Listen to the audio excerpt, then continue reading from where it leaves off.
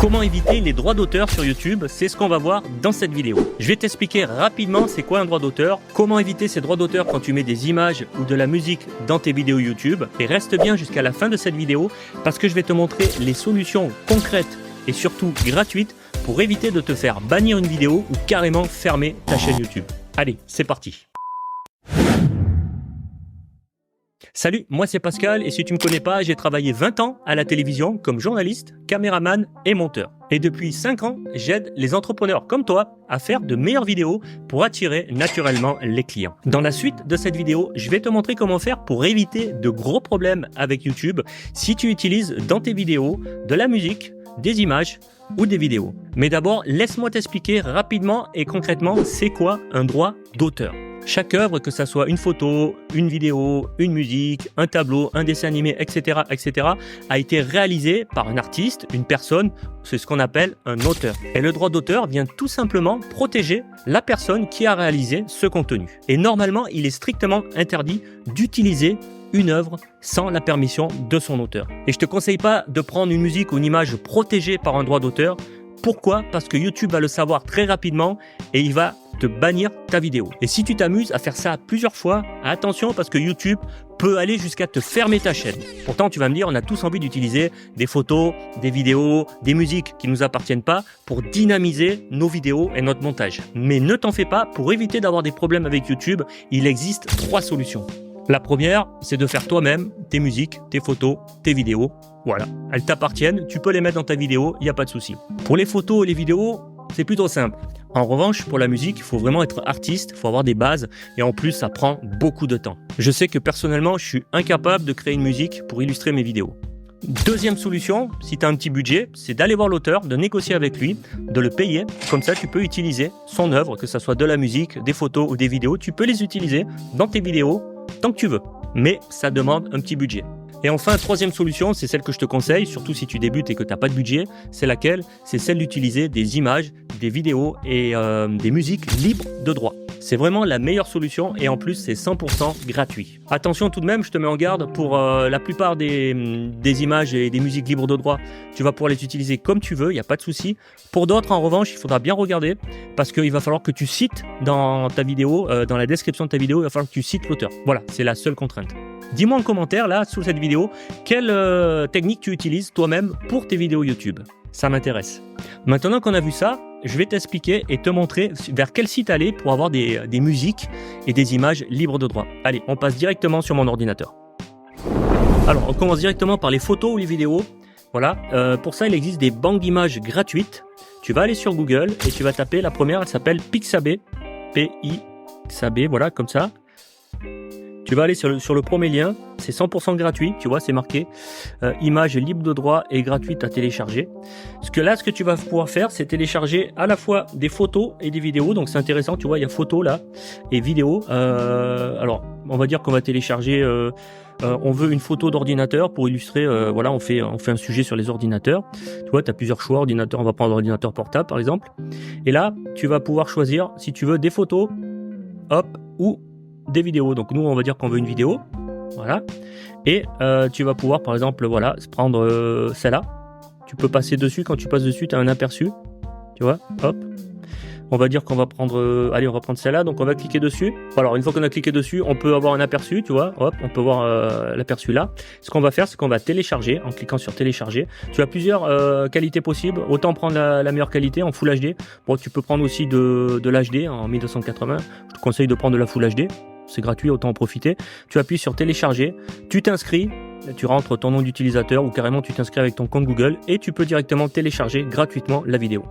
Avant que j'oublie, j'ai un beau cadeau pour toi si tu veux connaître les méthodes pour obtenir rapidement plus de clients grâce à tes vidéos, que ce soit sur YouTube, Instagram ou TikTok. J'ai créé pour toi Vidéo Starter. Vidéo Starter, c'est quoi? C'est un espace membre 100% gratuit.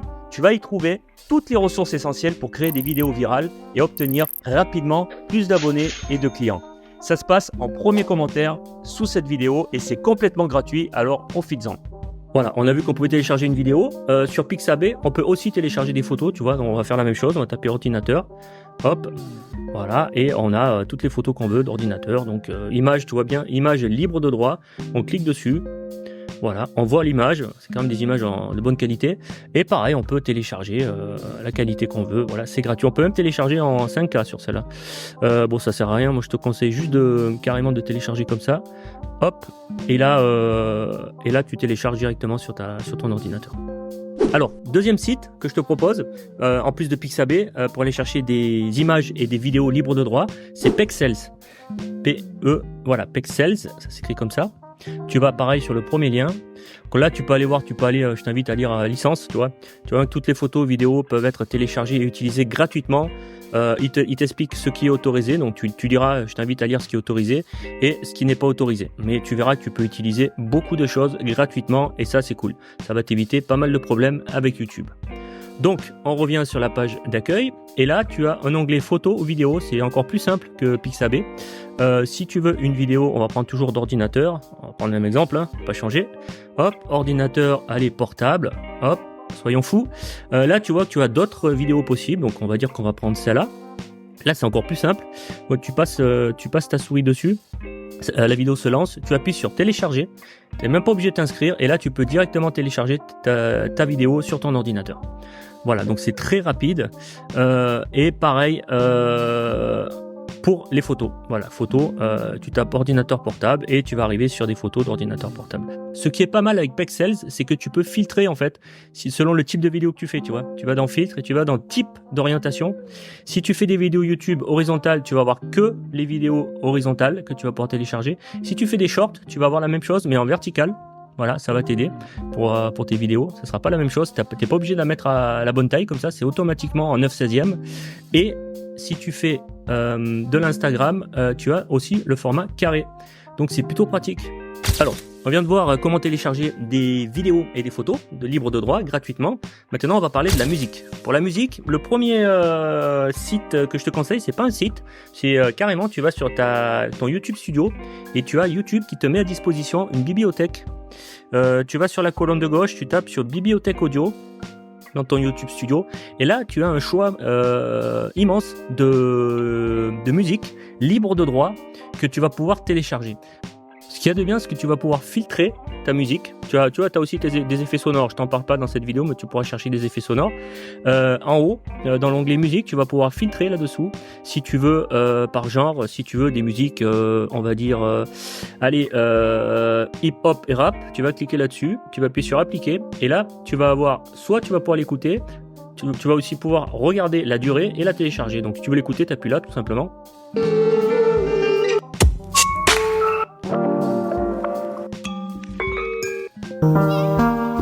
Voilà, et imaginons que la deuxième me plaise. Voilà, je veux la télécharger. Qu'est-ce que je vais faire? Je vais appuyer sur télécharger, tout simplement, et je vais la télécharger sur mon ordinateur. Voilà. Et après, je pourrais l'utiliser librement sur YouTube.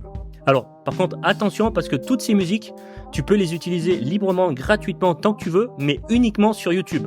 Dès que tu vas faire une vidéo hors YouTube, il va falloir que tu utilises une autre chanson. C'est vraiment que pour YouTube, je te mets en garde. Alors, une fois qu'on a vu la première option, qui est la bibliothèque audio de YouTube, il existe une deuxième solution qui s'appelle auboutdufil.com. Voilà.